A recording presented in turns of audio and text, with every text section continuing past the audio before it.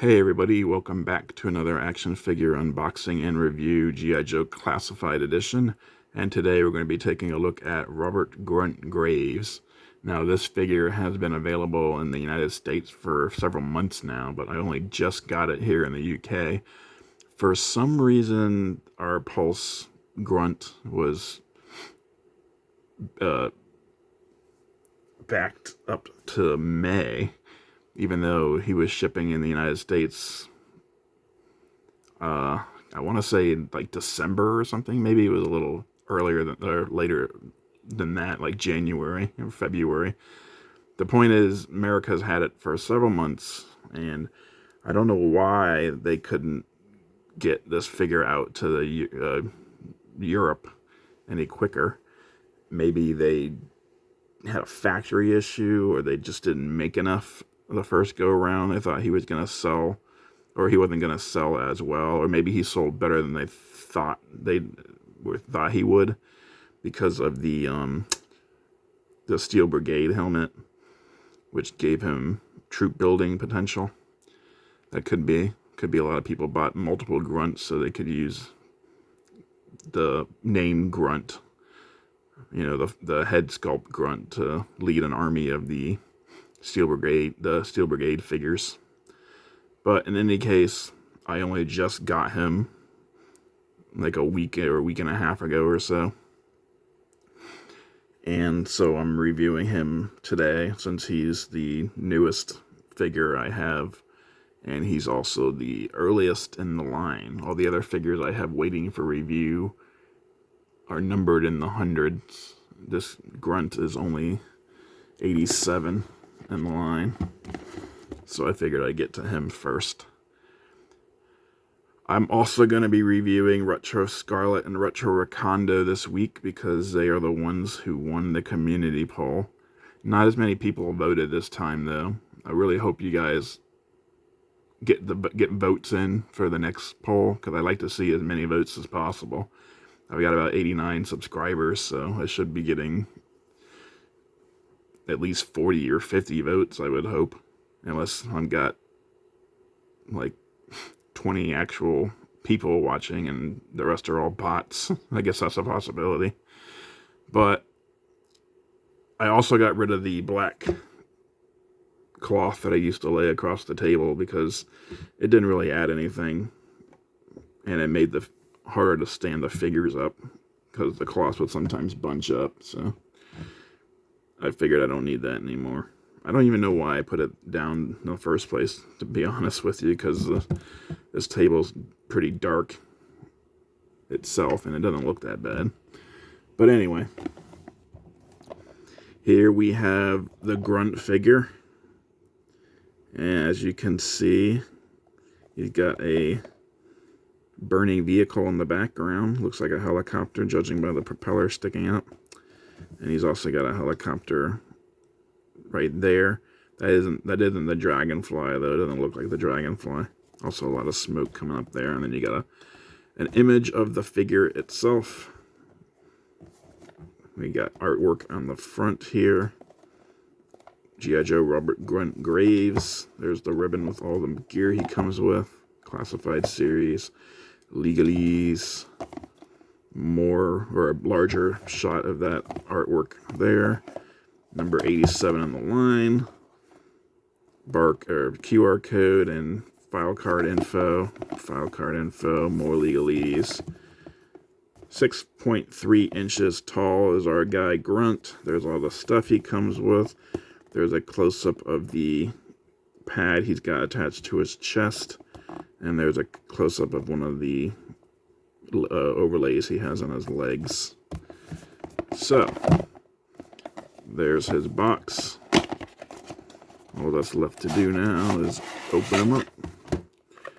And here's the figure inside his cardboard coffin. Again, large shot of the artwork here. This is one black and white. As usual with these unboxings, I've already opened these and put them through their paces. I'd hate for something to go wrong in the middle of the video. There is still a chance of that happening because I might turn something the wrong way and accidentally break it. So if you're here looking for something bad to happen, then, you know, stick around. It may happen eventually. Honestly, don't know if I would just stop the video and not show it, but I guess we'll find out if it ever happens. But here we have Grunt. If you remember the 1982 original figure, you'll you'll remember that he was one of the ugliest head sculpts that they ever did for the Real American Hero line. Yeah, that guy's head sculpt was terrible. And I think they used it for Short Fuse and Zap as well. Which is weird because Zap is Hispanic. They use a white guy's head sculpt for a Hispanic character. Hopefully when we get Zap in this classified line, he will look a lot better. So, Grunt, as his name suggests, is an infantry soldier. But he's also, his nickname is also Grunt, so he's not just like a troop builder or anything. He's not just a basic G.I.Joe or whatever. He was good enough to get invited to join an elite special operations team. And he was part of the original 13, so he had to have been good at his job in order to get that commission to join the team. But as you can see, mostly greens with this guy, some browns, and some other colors here. There's the American flag, red, white, and blue, and there's the gray on his little iPad or whatever you want to call that, his tablet. And of course he has his name and rank there, E4 Graves. He has the Joe Pro, the silver and blue. Nice sheath there. This vest is an overlay, so it can be removed as you pop the head and the hand and the arms. The belt is also an overlay, and it's really loose. I would have preferred if they had glued this down. That would have been better, or at least made it tighter. And of course he has these on the side, which are also overlays. Just a bunch of pouches and stuff. This stuff is just, they actually painted the clasps this time. They don't usually go to that trouble, so it's nice to have a little black in there to not make it so obviously just all brown. You don't always get that, so that's a nice touch. He's got brown boots with a little gray around the laces and on the buckles here on the side. He's got some, actually that's green, not gray. He's also got some green knee pads. And he's got a green belt buckle that got painted here, and they also painted some green on the side there, and then on there. He's got a holster and another pouch, and he's also got another green, like metal pad on the back of his belt. His vest is mostly brown, except for the Joe Pro. It looks like he's got a extra magazine stashed in there and there, but you can't take those out. He's got green pouches across the bottom here, and then the pad is another shade of green. It's a little bit darker. I think you can remove this. Yeah, that pops out of there. It's got a little tab, so you can plug it back in. I think this was a forerunner to that. What they're doing now with all that gear, you can just take off and put in different spots on the body. So this was like their first attempt at something like that. He's also got a green pouch there. He's got green-brown fingerless gloves. Another green pouch, green elbow pad. Basic green army outfit. Lighter shade than the rest. And like I said, a much better head sculpt than previous Grunt. I think there were some people that were complaining that he didn't have a receding hairline, like that makes the character or whatever. If you really wanted him to be accurate to the OG 13, then you should have had them make him as ugly as possible. But no one's complaining about that. They're just complaining about his hairline. Alright, going over articulation. Let's see, he does have just the dumbbell joint at the top there. And my dumbbell appears to be stationary. It must have put glue in there for some reason. You can't move it.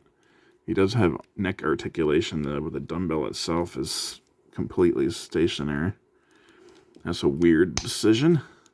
That means he can't get it. He won't get as much articulation out of it. He does get a little bit down because of the neck, and that's about as good as you can get up because the dumbbell at the top doesn't move. I've said it before, but I really wish these guys all had the hinge. It would give you so much more articulation. I don't know why that isn't universal among all Hasbro 6-inch lines. I really don't understand it. Did it cost that much more to make a little hinge in the neck? And it would do so much better for articulation. Oh well. He can do the Exorcist. And he's got some tilt. I've seen better, but I've also seen worse. His arms can go all the way around. He does have the butterfly joint. He can get about 90 degrees out of there for the T-pose. Bicep cut, yeah. Double jointed pinless elbows, and that goes all the way up pretty much. Grunt doesn't have a bulging bicep. He has a horizontal hinge on his right wrist and a vertical on his left. His waist joint is an ab crunch, and the vest gets out of the way enough that you can go that far forward. And you can go about that far back on it. So not too bad considering he's got an overlay. And of course you can turn him at the waist. And you can spin him around a little bit. He does have the double joint, or the drop down hips. Lets him do the brilliant Van Dams. He can kick out about that high. He can kick back about that far. He's got that thigh cut, double jointed pinless knees. Got the boot cut. Boot goes back about that far. He's a ballerina. Can go back, can go up that far. It can twist side to side. He's got peg holes on the bottom for the stand. For accessories, he comes with this helmet, and this is a soft, malleable plastic. It's green with brown webbing around the strap, and well, if they really detailed inside, it would be on the inside as well, but for the purposes of this helmet, they just did the part that shows, so just brown right there, and it slides on his head. Now, this isn't a tight fit. It's pretty loose, as you can see. Hardly any effort taking it on and off, but it won't fall off, so you don't have to worry about that. He also has an extra head if you want to make him one of the Steel Brigade troopers. And this is the pretty nice looking mask. It's got some silver on there. It's got gold mask or gold eye plate, and some more silver and black on the front, black on around the bottom, and the rest of the helmet's green. Of course, the only problem is when you're using him like this, it still says E4 Graves on there.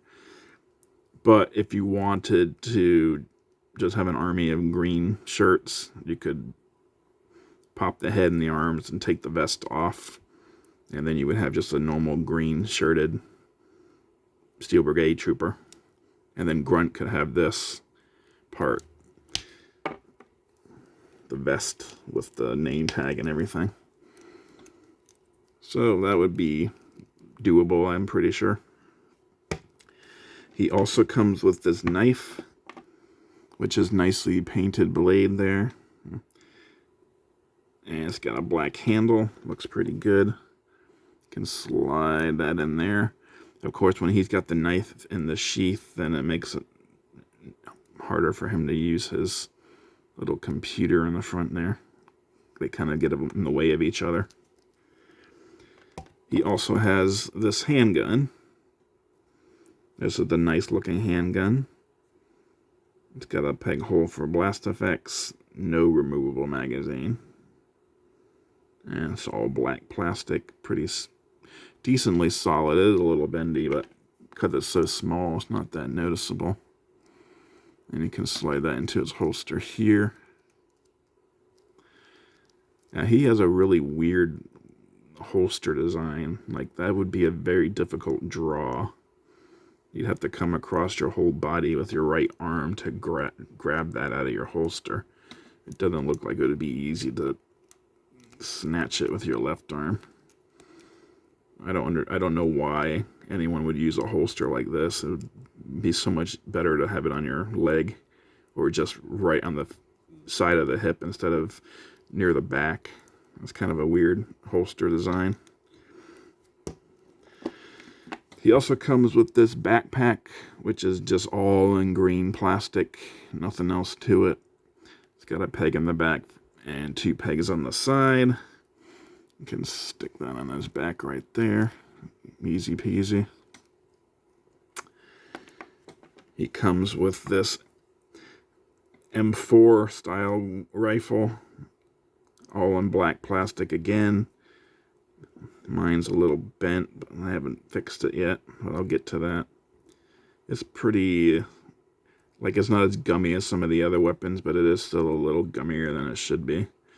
It's got a scope on the top and stock. Nothing removable though, it's just all black plastic. It does come with a removable magazine, and that slides in nicely right there. Nice and secure. And you can stick that on the side. The only problem I have with these types of connections is, oh, actually, I forgot to mention, you can stick the gun on there, but I was putting it in there with the clip still on, or the magazine. I forgot to mention that his belt does have a spot for the magazine. You can slide it in there. It doesn't go in like too deep though, but it does go in there so you can get it out of the way, because if you had the magazine on the rifle, it would just stick into his arm and it won't store as well. Lastly, he comes with your typical G.I.Joe laser rifle like they used in the cartoon. This one is an all black plastic with a green stock here, but it's a little bit sturdier than the M4, but still kind of rubbery. They really need to fix that. That's ridiculous that we're getting rubbery weapons like this. I've heard that it's a child safety issue, and I've noticed that the class, I think I've mentioned this before in a previous video, I've noticed that the classified line is set for ages 4+. Yeah, right there. But I've also noticed that the Mattel Masterverse line is set for 6+, and their weapons are so much sturdier than these. Like, even their swords, and you would expect swords, especially the blades of swords, to be kind of bendy. But even their swords seem pretty solid. So there's no excuse for Hasbro to have these gummy weapons. If it's a child safety concern, I mean, obviously 6+ is a good age, because Mattel's not having any problems with gummy weapons for their Masterverse line. So Hasbro just needs to change the age recommendation to for their classified line to 6+ instead of 4.